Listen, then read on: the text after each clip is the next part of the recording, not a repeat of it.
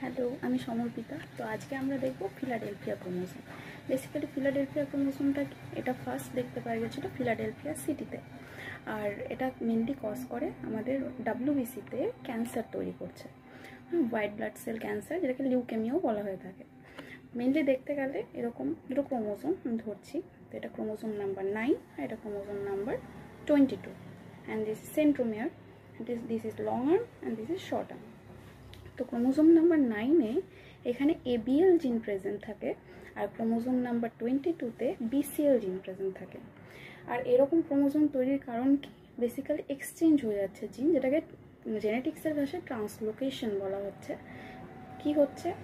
Just like that, this and this. তো এখানকার যেই এবিএল জিনটা সেটা ক্রোমোসোম নাম্বার 22-তে ট্রান্সফার হয়ে যায়, অ্যান্ড এখানকার যেই বিসিএল জিনটা সেটা এখানেই থেকে যায়। তো এটা তো কোনো কিছু করছে না, কিন্তু মেনলি ফিলাডেলফিয়া ক্রোমোসোম বলা হচ্ছে এটাকে, যেখানে বিসিএল আর এবিএল দুটো জিনই প্রেজেন্ট রয়েছে, অ্যান্ড ক্রোমোসোম নাম্বার 22টা যেটা পরবর্তীতে ফিলাডেলফিয়া ক্রোমোসোমে কনভার্ট হচ্ছে, অ্যান্ড মেনলি কী কজ করছে সেটার জন্য WBC leukaemia. That's it, by.